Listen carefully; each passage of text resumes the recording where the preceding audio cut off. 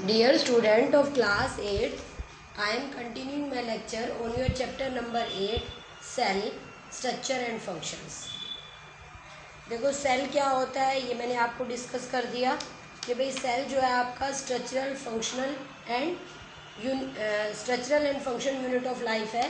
मतलब जितनी भी लिविंग बॉडीज़ हैं they are all made up of cell. ठीक है.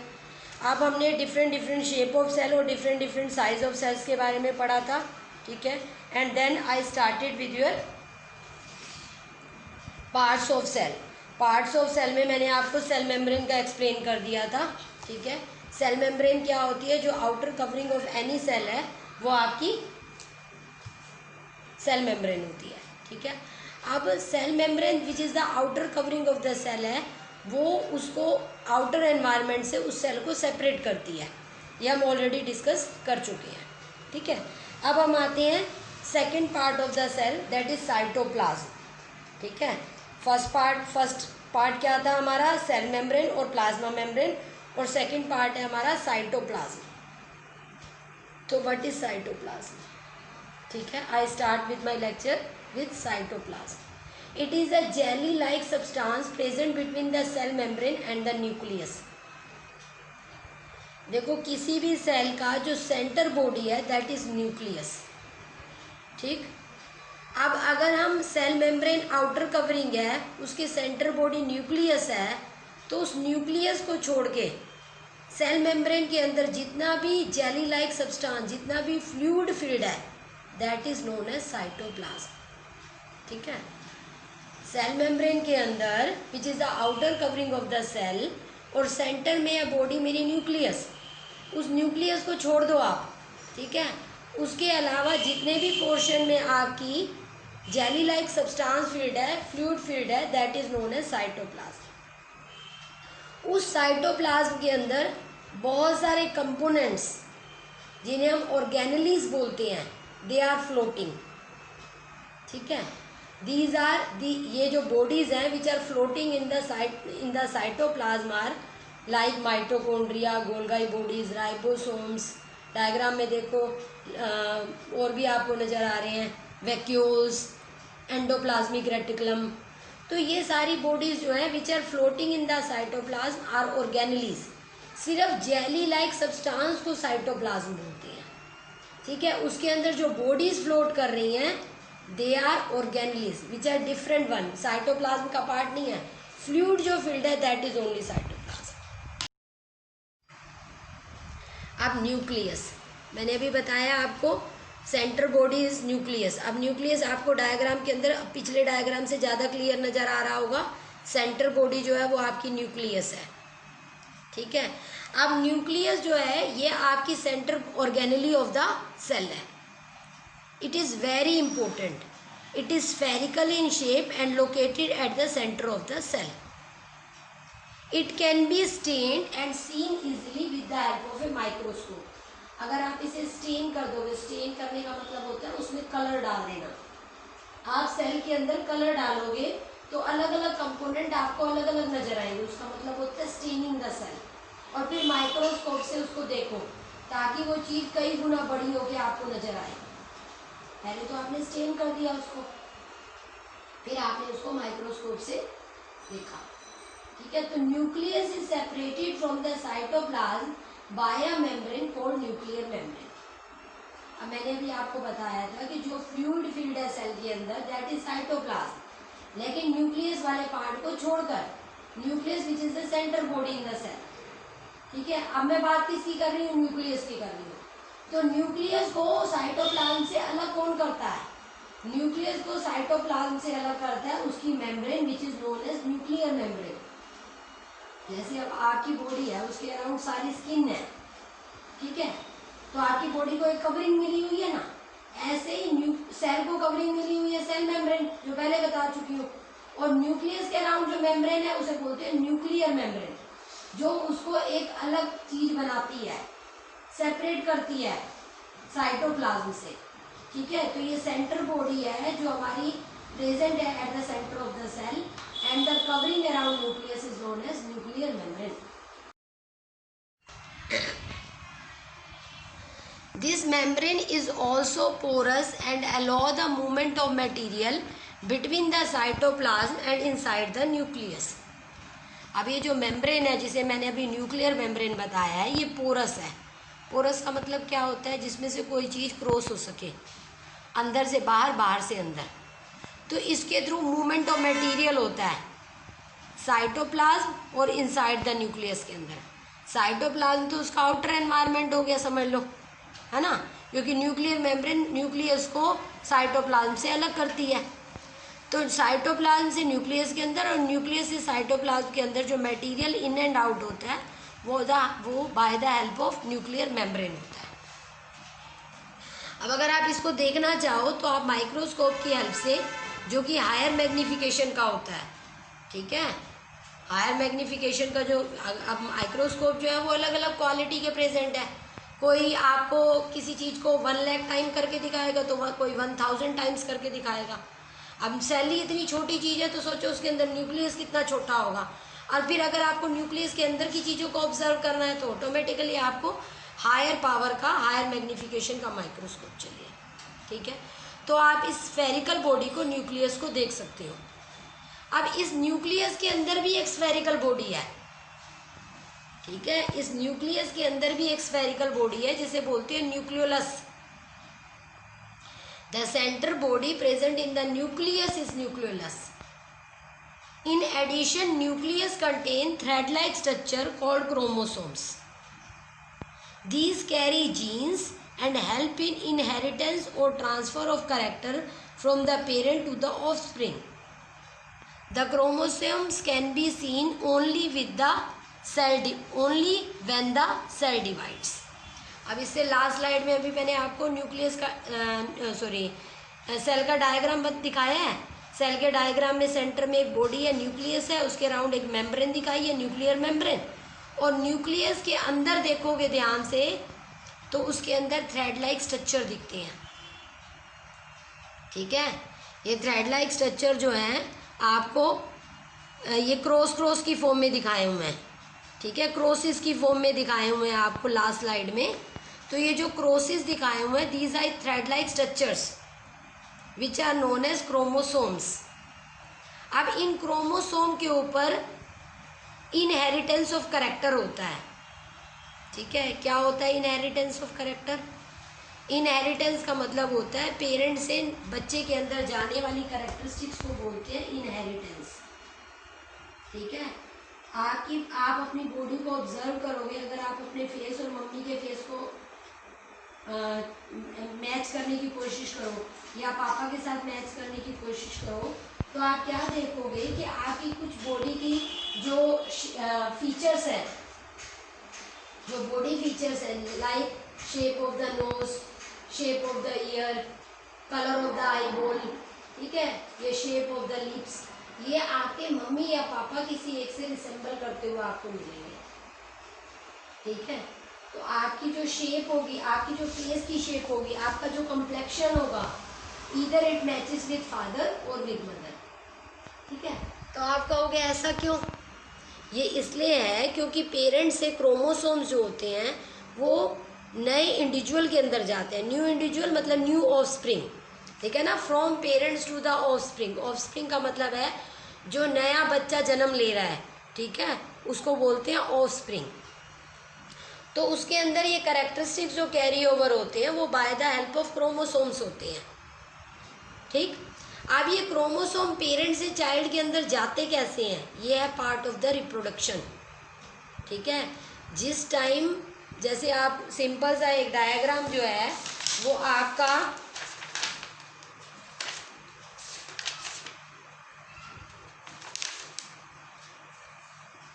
पार्ट ऑफ द सिलेबस में अभी फिलहाल तो नहीं है, लेकिन रिप्रोडक्शन में आपको मिलेगा। Reproduction is also the part of the syllabus of 8 science, ठीक है। 8 साइंस का ही पार्ट है हमारा रिप्रोडक्शन। तो उसमें हम दिखाते हैं बच्चे को सेल डिवाइड करते हुए, और जब वो सेल डिवाइड होता है ना तो एक सेल से 2 सेल बन जाते हैं, ठीक है। तो जब वो सेल डिवाइड होने लगता है ना, 1 से 2 सेल बनने लगते हैं, उस टाइम जो है वो जो क्रोमोसोम्स होते हैं वो आपके क्रोमोसोम जो होते हैं वो आपके कैरी ओवर होते हैं टू द न्यू इंडिविजुअल। वो जो दो नए सेल बनेंगे उसके अंदर वो क्रोमोसोम पहले वाले के अंदर से ही जाएंगे, ठीक है। तो that is the part of reproduction. और इसी तरह से ही जब एक कोई भी फीमेल जो होती है जब वो प्रेग्नेंट होती है, ठीक है, तो उसके अंदर एक नया सेल जन्म लेता है। वो सेल होता है आपका जायगोट। मैं थोड़ा सा इंट्रोडक्शन दे रही हूँ क्योंकि ये क्रोमोसोम समझाने के लिए चाहिए, otherwise it is a part of reproduction जो आपके सिलेबस में ही आगे आएगा। तो जब कोई फीमेल प्रेग्नेंट होती है तो उसके अंदर जो एक नया सेल बनता है जायगोट, ठीक है, वो मदर और फादर दोनों की कंट्रीब्यूशन की वजह से होता है, ठीक है। तो वो जो नया सेल जायगोट बनता है उसके अंदर भी क्रोमोसोम जो जाते हैं वो क्रोमोसोम मदर और फादर दोनों से जाते हैं, ठीक है। किस तरह से जाते हैं, वो नया सेल कैसे बनता है वो आगे आपको समझ आएगा, ठीक है। और वो सेल जो होता है जायगोट जिसे हम बोलते हैं, नया सेल जो बना जायगोट है, वही हमारा एक तरह से ऑफस्प्रिंग है। मतलब वो नया सेल ही रेगुलर डिवाइड होगा इन द फीमेल बॉडी। और वो मदर जब तक प्रेग्नेंट रहेगी वो बेबी जो होगा वो जो एक सेल से दो सेल बनेंगे, 2 से 4, 4 से 8, वो रेगुलर डिवाइड होते रहेंगे, नए सेल बनते रहेंगे। और धीरे धीरे वो बच्चा जो होगा, धीरे धीरे जो वो आपका एक सेल जायगोट जो है वो कई सेल्स को जन्म देगा और धीरे धीरे वो बॉडी कंप्लीट होगी जिसे हम बोलेंगे इन्फेंट, जो मदर बॉडी से बाहर आता है, ठीक है। The same process occur in dogs, cats, जितने भी आपके आसपास एनिमल्स हैं उन सब में सेम प्रोसेस अकर होता है, ठीक है। वो बात अलग है कि प्रोसेस में थोड़ा बहुत डिफरेंस होता है, कैसे वो भी अब धीरे धीरे आपको बताएंगे, कुछ इस क्लास में कुछ अगली क्लास में। इस तरह से आपका चलेगा वो चैप्टर, ठीक है। देखो अभी मैंने आपको बताया कि क्रोमोसोम्स क्या होते हैं। Chromosomes are the thread like structure which are present in the nucleus and responsible for inheritance of character from the parent to the new individual. ये भी मैंने आपको बता दिया। अब इन क्रोमोसोम्स के ऊपर यूनिट ऑफ इनहेरिटेंस होता है। यूनिट ऑफ इनहेरिटेंस का मतलब होता है कि एक प्रोटीन प्रेजेंट होता है एक डॉट की फॉर्म में, ठीक है। मतलब dot like structures are present on the chromosomes which are said to be unit of inheritance. जब वो क्रोमोसोम पेरेंट से न्यू इंडिविजुअल के अंदर जाते हैं, न्यू ऑफस्प्रिंग के अंदर जाते हैं, तो उन क्रोमोसोम्स के ऊपर एक डॉट लाइक स्ट्रक्चर प्रेजेंट होते हैं which are said to be gene. Every gene represent a protein, मतलब हर जीन एक प्रोटीन को रिप्रेजेंट करता है और हर जीन एक कैरेक्टरिस्टिक देता है parent to the new individual. क्या कैरेक्टरिस्टिक देता है? जैसे अभी मैंने बताया, shape of the nose, shape of the ear, colour of the eyeball, complexion, ठीक है। तो ये अलग अलग जीन जो हैं ये अलग अलग कैरेक्टरिस्टिक पेरेंट से नए इंडिविजुअल के अंदर कैरी ओवर करते हैं। तो what are gene? Gene are the unit of inheritance which are present on the chromosomes, ठीक है। It control the transfer of hereditary characteristic from the parent to the new offspring. तो इनका काम होता है, हेरिडिटरी का मतलब क्या होता है? हेरिडिटरी का मतलब ये होता है जब कोई भी चीज़ हेरिडिटरी हो, ये तो हम कैरेक्टरिस्टिक की बात कर रहे हैं। हेरिडिटरी का मतलब क्या होता है? जो पेरेंट से बच्चे को मिले वो हेरिडिटरी है। समझ आ रही है मेरी बात? जैसे पेरेंट जो है वो अब कई बार क्या होता है, पेरेंट के अंदर कोई डिसीज़ होती है, बच्चे के अंदर भी वो डिसीज़ कैरी ओवर होती है, तो हम कहते हैं हेरिडिटरी डिसीज़, ठीक है। इसी तरह से पेरेंट जो है वो बच्चे के लिए कई अपनी प्रॉपर्टी वगैरह छोड़ के जाते हैं, तो वो हेरिडिटरी प्रॉपर्टी होगी। तो हेरिडिटरी का मतलब क्या होता है? जो पेरेंट से बच्चे को दिया, दैट इज़ हेरिडिटरी। और हेरिडिटरी कैरेक्टरिस्टिक का क्या मतलब है? जो फीचर्स हमें पेरेंट से मिले हैं, दीज आर हेरिडिटरी कैरेक्टरिस्टिक्स। और हमारे सारे फीचर हमारे पेरेंट से ही मिलते हैं in the form of chromosome, और you can say gene. Gene are the unit of inheritance, मतलब एक यूनिट को रिप्रेजेंट करता है। एक यूनिट मतलब एक प्रोटीन को रिप्रेजेंट करता है, मतलब एक कैरेक्टरिस्टिक को रिप्रेजेंट करता है जो पेरेंट से बच्चे के अंदर गई है। ऐसे बहुत सारी कैरेक्टरिस्टिक्स जाती हैं। और क्रोमोसोम जो होते हैं, अब आप सोचोगे कि क्रोमोसोम तो 2 ही क्रॉस दिखाए हुए हैं मुझे मैडम ने, total 46 chromosome are present in a single cell, ठीक है। और टोटल 46 क्रोमोसोम्स के ऊपर बहुत सारे जीन प्रेजेंट होते हैं और वो बहुत सारे जीन बहुत सारी कैरेक्टरिस्टिक्स को पेरेंट से बच्चे के अंदर लेके जाते हैं। हमारी जो हैबिट्स होती हैं वो भी हमारे पेरेंट्स से मैचअप करती हैं, ठीक है। हमारे पेरेंट्स क्या चीज़ पसंद करते हैं या करते नहीं करते हैं, तो वो भी बच्चे के अंदर काफ़ी हद तक कैरी ओवर होता है, ठीक है। आप कई बार ऑब्जर्व करते होंगे, जैसे कई चीज़ें ऐसी होंगी, जैसे पापा को गुस्सा ज़्यादा आता है, तो जो बच्चे होते हैं उनमें से भी कोई ना कोई बच्चा ऐसा ज़रूर होगा जिसको गुस्सा ज़्यादा आता होगा। तो इस तरह से ये जो हमारे फीचर्स होते हैं, जो हमारी हैबिट्स होती हैं, they are hereditary from the parent to the new individual. बाकी कुछ हद तक वेरी भी कर सकती हैं, ऐसा कोई ज़रूरी नहीं है कि बिल्कुल ऑल थिंग्स आर सिमिलर, लेकिन काफ़ी हद तक मैचअप करती है। If your father has brown eyes you may also have brown eyes, ठीक है। तो पापा की अगर ब्राउन आइज है तो आपके अंदर भी ब्राउन आइज कहाँ से आई, वो जीन की वजह से आई। If your mother has curly hair you might also end up having curly hair, तो मम्मी के करली हेयर है तो बच्चे के अंदर भी करली हेयर हो गए। लेकिन ज़रूरी नहीं है, अगर किसी के 3 चिल्ड्रन हैं, 3 बच्चे हैं, फादर पेरेंट्स हैं, उनके 3 बच्चे हैं, तो तीनों के करली हेयर हो गए। हो सकता है कि कुछ का जीन तो पेरेंट मदर से मिला हो, कुछ का फादर से मिल गया हो। तो फादर के अंदर अगर करली हेयर नहीं है तो उस बच्चे के अंदर करली हेयर नहीं गए। अब वो कैसे होगा, वो धीरे धीरे आगे समझ आएगा। However the different combination of gene from the parent result in different characteristics. अब वही चीज़ लाइन आ गई जो मैं भी आपको समझाने की कोशिश कर रही थी कि कई बार क्या होता है, जीन कॉम्बिनेशन अलग तरीके से भी बन जाता है। तो पेरेंट के अंदर सारी कैरेक्टरिस्टिक्स वैसे तो पेरेंट से ही आती हैं, लेकिन कई बार क्या होता है, वो ग्रैंड पेरेंट वाली जो आपके पेरेंट के अंदर कैरेक्टरिस्टिक शो नहीं हुई, मे बी आपके अंदर शो हो गई। तो that could happen from the last generation also, ठीक है। तो इस तरह से जो जीन होते हैं वो लॉन्ग टर्म तक काम करते हैं हमारी बॉडी के अंदर, और हमारी बॉडी के अंदर जो है वो अलग अलग कैरेक्टरिस्टिक को शो करते हैं by the help of these gene, और यू में से by the help of these chromosomes. What are the functions of nucleus. Nucleus के क्या क्या फंक्शंस हैं, अभी मैंने बताया। Nucleus is an important centre body present in the nucleus, ठीक है। अब ये न्यूक्लियस जो सेंटर बॉडी है हमारे हर सेल के अंदर, इसकी फंक्शन क्या है। पहला है transmission of hereditary characteristics from generation to generation. ये अभी मैंने आपको काफ़ी अच्छे से एक्सप्लेन कर दिया है कि न्यूक्लियस के अंदर क्रोमोसोम्स होते हैं, क्रोमोसोम के ऊपर डॉट्स होते हैं, और वो डॉट्स जो होते हैं वो एक पर्टिकुलर कैरेक्टरिस्टिक, हर पर्टिकुलर डॉट एक पर्टिकुलर कैरेक्टरिस्टिक को शो करता है। मतलब पेरेंट से हेरिडिटरी कैरेक्टरिस्टिक पेरेंट से बच्चे के अंदर, न्यू इंडिविजुअल के अंदर लेकर जाता है, और ये जनरेशन टू जनरेशन चलता रहता है, ठीक है।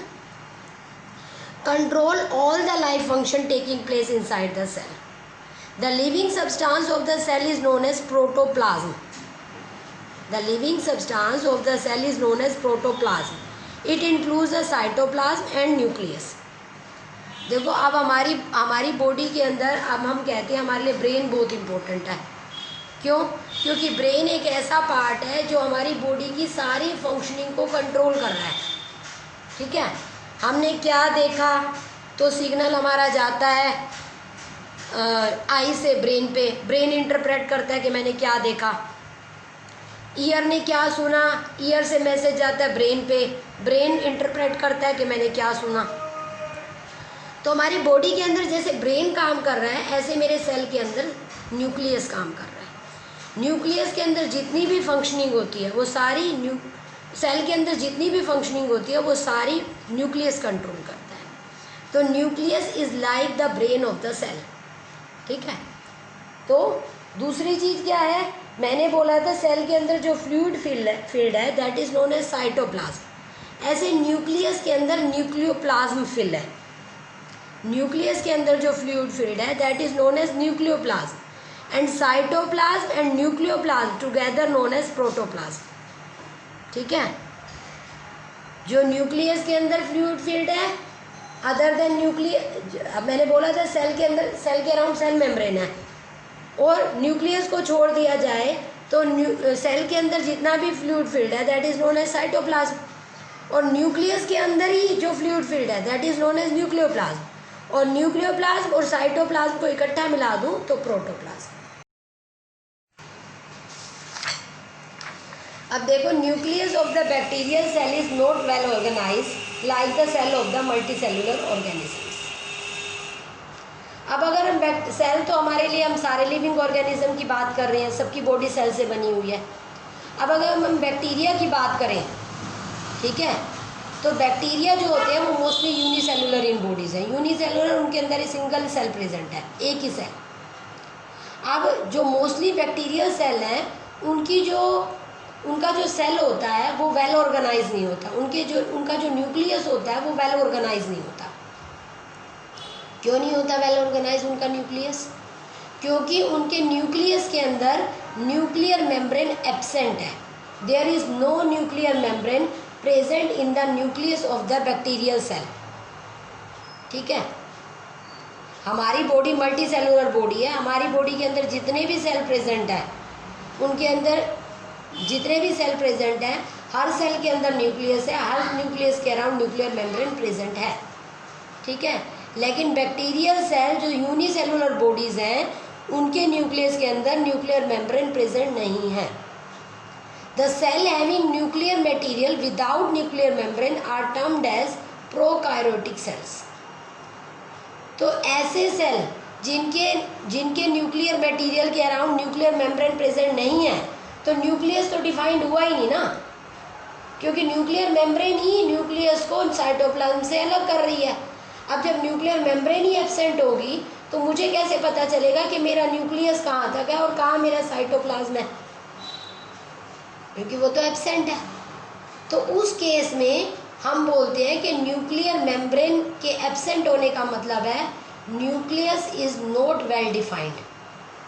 ठीक है, nucleus is not well defined means these type of cells are termed as prokaryotic cell. इन टाइप के सेल्स को हम प्रोकार्योटिक सेल्स बोलते हैं। और जिन ऑर्गेनिजम्स के अंदर प्रोकार्योटिक सेल्स प्रेजेंट होते हैं, उन ऑर्गेनिजम्स को बोलते हैं prokaryotes. The organisms are termed as prokaryotes and the cells are termed as prokaryotic cells. तो हमारे बहुत सारे बैक्टीरियल सेल ऐसे हैं, बहुत सारे बैक्टीरिया ऐसे हैं जो यूनिसेलुलर बॉडीज़ हैं और उनके अंदर न्यूक्लियस के अंदर न्यूक्लियर मेम्ब्रेन एब्सेंट्स हैं, so they are said to be prokaryotic cells and these bacteria are said to be prokaryotes. ठीक है, इसमें हमारे कुछ ब्लू ग्रीन एल्गे और बैक्टीरिया ही आ जाते हैं। The cell like onion cell, cheek cell having well organized nucleus with the nuclear membrane are designated as eukaryotic cells. All the organism other than bacteria and blue-green algae are said to be eukaryotes. अब हमारी जैसी complex body है, ठीक है, हमारी जैसी complex body है, ये जितने भी प्लांट आपको आसपास नज़र आते हैं, ब्लू ग्रीन एल्गे को छोड़ दो और बैक्टीरिया को छोड़ दो, जितने भी प्लांट है, जितने भी एनिमल है, सबकी बॉडी के अंदर जितने भी सेल्स हैं, they are all having nuclear membrane around their nucleus. उनके न्यूक्लियस में, न्यूक्लियस के अराउंड न्यूक्लियर मेम्ब्रेन प्रेजेंट होती है, उनकी बॉडी के अंदर जितने भी सेल प्रेजेंट है। ठीक है, तो उनके सेल्स को क्या बोलेंगे? उनके सेल्स को बोलेंगे यूकार्योटिक सेल्स। ठीक है, and these organisms are termed as eukaryotes. हम सारे यूकार्योट्स हैं, कैट है, रैट है, डॉग है, ह्यूमन बीइंग है, we are all eukaryotes. Who are prokaryotes? Only some bacteria and blue-green algae in which nuclear membrane around the nucleus is absent, and so there is no well-defined nucleus. That's why the functioning of these cells are disturbed. उनकी functioning भी काफ़ी हद तक इस वजह से automatically disturb होगी जब न्यूक्लियस ही डिफाइन नहीं है। ठीक है, तो ऑटोमेटिकली इस टाइप के जो सेल्स होते हैं, इनकी जो लाइफ होती है वो कम होती है, और मोस्टली इस टाइप के जो बैक्टीरिया होते हैं, दे आर यूनिसेलुलर बॉडीज। ठीक है, while observing the onion cells under the microscope, you might have seen some blank looking structure in the cytoplasm. It is called vacuole. देखो अगर हम अनियन सेल को अंडर माइक्रोस्कोप स्टडी करेंगे तो हमें nucleus जो होगा वो साइड में नज़र आएगा। अगर माइक्रोस्कोप में तो अब आपके लिए देखना पॉसिबल नहीं है, तो आप बुक के डायग्राम में अगर आप देखो तो बुक के डायग्राम में आप क्लियर दिखाई देखोगे कि प्लांट सेल का डायग्राम में एक बड़ा वैक्यूल दिखाया हुआ है, जबकि न्यूक्लियस आपको एक साइड में दिखाया हुआ है। ठीक है। और अगर आप एनिमल सेल के डायग्राम को देखो तो एनिमल सेल के डायग्राम में आपको न्यूक्लियस सेंटर में दिखाया हुआ है और वैक्यूल बहुत छोटे छोटे दिखाए हुए हैं। मतलब प्लांट सेल के अंदर एक बहुत बड़ा वैक्यूल है जो सिंगल है, लेकिन एनिमल सेल के अंदर वैक्यूल प्रेजेंट है छोटे छोटे, लेकिन may be they can be in more in number और 2-3। ठीक है। तो जो एनिमल सेल होता है उसके अंदर वैक्यूल जो होते हैं वो छोटे साइज़ के होते हैं बट मोर इन नंबर। और प्लांट सेल की बात करें तो वैक्यूल बड़े साइज़ का है और सेंटर पोजीशन पे है और बहुत बड़े साइज़ का है। तो इन वैक्यूल का काम होता है store food in the form of cell sap a watery solution. तो ये वैक्यूल क्यों होता है? वैक्यूल का काम होता है सेल सैप। सेल सैप किस में स्टोर करता है? ये प्लांट सेल में। जैसे मैंने अनियन का एग्जांपल दे रही हूँ आपको, तो अनियन सेल जो है वो एक प्लांट सेल का एग्जांपल है। तो उसके अंदर वैक्यूल बड़ा है और उसके अंदर जो वाटरी सोल्यूशन स्टोर है that is known as cell sap. तो वो एक फूड जो है वो स्टोर की फॉर्म में है इन द प्लांट सेल। ठीक है। तो इस तरह से प्लांट सेल के अंदर वैक्यूल जो होता है it act like a storage का काम करता है और साथ में ये बड़े साइज़ का होता है, जबकि एनिमल सेल में ये छोटे साइज़ का प्रेजेंट होता है। You might have noticed several small colored bodies in the cytoplasm of the cell.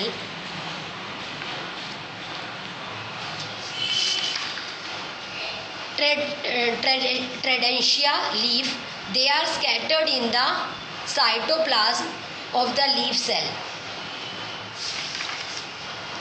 These are called plastids. They are of different color. Some of them contain green pigment called chlorophyll. Green colored plastids are called chloroplasts. They provide green color to the leaves. You may recall that chlorophyll in the chloroplast of leaves is essential for photosynthesis. देखो leaves के, अगर हम leaves को study करते हैं by the help of microscope, ठीक है, तो उसके अंदर हमें कलर्ड बॉडीज दिखाई देती हैं। ठीक है। अगर हम लीफ को स्टडी करें, ट्रेडेंशिया जैसे एक एग्जांपल दिया हुआ लीफ का, आप किसी भी लीफ को स्टडी कर लो। ठीक है। किसी भी लीफ को स्टडी करोगे तो आपको ग्रीन कलर के पिगमेंट नज़र आएगी। ये ग्रीन कलर की पिगमेंट जो होती है इसको बोलते हैं chlorophyll. It is present in all the green leaves. ठीक है। ये ग्रीन लीव्स जो हैं इसके अंदर, ग्रीन लीव्स के अंदर जो ग्रीन पिगमेंट प्रेजेंट है इसे बोलते हैं क्लोरोफिल। और ये एक बॉडी के अंदर प्रेजेंट है, एक ऑर्गेनेली के अंदर प्रेजेंट है। देखो जितने भी लिविंग ऑर्गेनिज्म है सारे सेल के बने हुए हैं। तो हमारी बॉडी जो प्लांट बॉडी है वो भी लिविंग है ऑटोमेटिकली। तो प्लांट बॉडी के अंदर भी सारे सेल होंगे। अब लीफ है, लीफ के अंदर भी सारे सेल होंगे। तो लीफ के अंदर जो सेल प्रेजेंट होते हैं इसके अंदर जो आपका लीफ क्या है, प्लांट क्या है, एक प्लांट बॉडी हो गई, प्लांट सेल प्रेजेंट होंगे। तो प्लांट सेल के अंदर, लीफ के अंदर जो आप सेल को स्टडी करोगे उसके अंदर एक ऑर्गेनली प्रेजेंट होती है that is known as plastid. उस प्लास्टिड के अंदर हमारे जो हैं वो कुछ अलग अलग कलर के पिगमेंट्स प्रेजेंट होते हैं। जैसे लीफ के अंदर सिर्फ ग्रीन कलर का ही पिगमेंट प्रेजेंट होगा। ठीक है। क्यों प्रेजेंट होगा? क्योंकि उसके अंदर क्लोरोप्लास्ट ऑर्गेनली प्रेजेंट होती है। वो क्लोरोप्लास्ट ऑर्गेनली के अंदर क्लोरोफिल प्रेजेंट है। ठीक है। जो कि आपके लीफ को ग्रीन कलर प्रोवाइड करता है। ठीक। तो ये जो ग्रीन कलर प्रोवाइड करता है, और सबसे बड़ी चीज़ क्या है, ये क्लोरोप्लास्ट वो ऑर्गेनली है जो आपके लीव्स के अंदर फोटोसिंथेसिस को कराता है। It is essential for photosynthesis, क्योंकि बिना क्लोरोफिल के फोटोसिंथेसिस हो नहीं सकती। आप छोटी क्लासेस से पढ़ते आ रहे हो कि फोटोसिंथेसिस के लिए आपको क्या क्या चाहिए, उसमें एक जो है वो क्लोरोफिल आपका नेसेसरी है। ठीक है। आपको सनलाइट चाहिए, वाटर चाहिए और कार्बन डाइऑक्साइड चाहिए, और क्लोरोफिल हम कहते हैं already present in the leaves. क्यों कहते हैं? क्योंकि लीव्स के अंदर जो प्लास्टिड है, लीव्स के सेल्स के अंदर जो प्लास्टिड है उसके अंदर ग्रीन कलर की पिगमेंट है which is known as chlorophyll, and these plastids are only present in the plant cell. Plastid एक ऐसी ऑर्गेनेली है जो हमारे एनिमल सेल में प्रेजेंट नहीं होती है, ठीक है। जब ये फ्लावर्स में प्रेजेंट होता है, फ्लावर्स के सेल्स में जो प्लास्टिड प्रेजेंट होते हैं उसके अंदर जो पिगमेंट प्रेजेंट होती है वो उसी कलर की पिगमेंट होती है जिस कलर का वो फ्लावर होता है। आप देखते हो कि कुछ प्लांट्स के ऊपर तो रेड कलर के फ्लावर्स आते हैं, किसी के ऊपर आपके येलो कलर के फ्लावर्स आते हैं, किसी के ऊपर आपके पिंक कलर के फ्लावर्स आते हैं, पर्पल कलर के फ्लावर्स आते हैं। तो ये क्यों होता है? क्योंकि जिस फ्लावर के अंदर जो पिगमेंट प्रेजेंट होगी, उसके सेल्स के प्लास्टिड के अंदर जो पिगमेंट प्रेजेंट होगी वो उस फ्लावर को वही कलर देगा। ऐसे लीव्स के अंदर chloroplast is an organelle which contain green colour pigment. वो सिर्फ ग्रीन कलर की पिगमेंट प्रेजेंट होती है उनके अंदर, जिसकी वजह से वो फोटोसिंथेसिस कराते हैं और साथ में जो कलर ऑफ द लीव्स होता है that is green. What is the comparison between plant cell and animal cell? There are a few differences between a plant and animal cell. Plant cells have a cell wall surrounding the cell membrane, and animal cell only have a cell membrane. देखो plant cell के अंदर दो covering होती हैं, आपको मैं already explain कर चुकी हूँ। सेल मेम्ब्रेन के अलावा उसकी एक और कवरिंग होती है that is known as cell wall, और जबकि एनिमल सेल में एक ही कवरिंग होती है नोन एज सेल मेम्ब्रेन। तो प्लांट सेल में जो एक्स्ट्रा कवरिंग है सेल वॉल, ठीक है, जो हमारे एनिमल सेल में प्रेजेंट नहीं होती, that is the difference between the two. Next, plant cell के अंदर क्लोरोप्लास्ट प्रेजेंट होता है जिसके अंदर एक ग्रीन कलर की पिगमेंट होती है क्लोरोफिल, जो फोटोसिंथेसिस कराता है, जबकि एनिमल सेल में कोई इस टाइप की ऑर्गेनेली प्रेजेंट नहीं होती। थर्ड, प्लांट सेल है वे लार्ज वैक्यूल, ठीक है। प्लांट सेल के अंदर एक सेंटर में एक बहुत बड़ा वैक्यूल प्रेजेंट है जिसके अंदर सेल सैक भरा हुआ है, फ्लूइड सैक है वो, फ्लूइड सैक, ठीक है, compare to than animal cell. जबकि एनिमल सेल में ऐसा बड़ा वैक्यूल कोई भी प्रेजेंट नहीं होता, या तो वैक्यूल एब्सेंट होता है या होता है तो बहुत स्मॉल इन साइज होता है, ठीक है।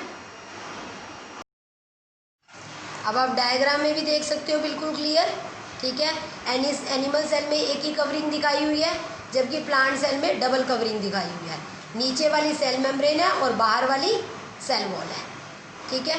सेल वॉल जो है वो प्लांट सेल को एक्स्ट्रा प्रोटेक्शन देती है, उसे आउटर एनवायरनमेंट में जो हर वक्त इन टच रहता है उसको प्रोटेक्शन की ज़रूरत है उसके सेल्स को, ठीक है, ताकि वो हर टाइप की कंडीशन को बियर कर सके, कोल्ड को, हीट को, विंड को, ठीक है। और क्लोरोप्लास्ट जो है वो सिर्फ प्रेजेंट है आपके प्लांट सेल के अंदर, एनिमल सेल में कोई भी क्लोरोप्लास्ट प्रेजेंट नहीं होता। प्लांट सेल में जो आपका न्यूक्लियस होता है वो वैक्यूल की वजह से साइड में शिफ्ट हो जाता है, जबकि एनिमल सेल में ये सेंटर बॉडी की फॉर्म में नज़र आता है हमें, ठीक है। बाकी आपके अदर ऑर्गेनेलीज जो हैं वो आपकी सेम है। तो अब अगर हम इसे शॉर्ट में दिखाना चाहें तो किस तरह से दिखाएंगे? Cell wall present in the plant cell, animal cell में एब्सेंट, सेल मेम्ब्रेन दोनों में प्रेजेंट है, न्यूक्लियस दोनों में प्रेजेंट है, न्यूक्लियर मेम्ब्रेन दोनों में प्रेजेंट है, साइटोप्लाज्म दोनों में प्रेजेंट है। प्लास्टिड की बात करें तो प्लास्टिड आपके प्लांट सेल में होते हैं, एनिमल सेल में इनकी कोई भी ज़रूरत नहीं होती। क्यों? क्योंकि प्लास्टिड के अंदर अलग अलग टाइप की पिगमेंट्स प्रेजेंट होती हैं, ठीक है, जो फ्लावर्स को कलर देती हैं, फ्रूट्स को कलर देती हैं, लीव्स को कलर देती हैं, लेकिन एनिमल सेल में ये ऑर्गेनली एब्सेंट है, ठीक है। वैक्यूल में अभी बताया प्लांट सेल के अंदर सेंट्रल वैक्यूल है, जबकि एनिमल सेल में वो सेंट्रल वैक्यूल तो नहीं है, लेकिन वैक्यूल छोटे साइज में प्रेजेंट होती है।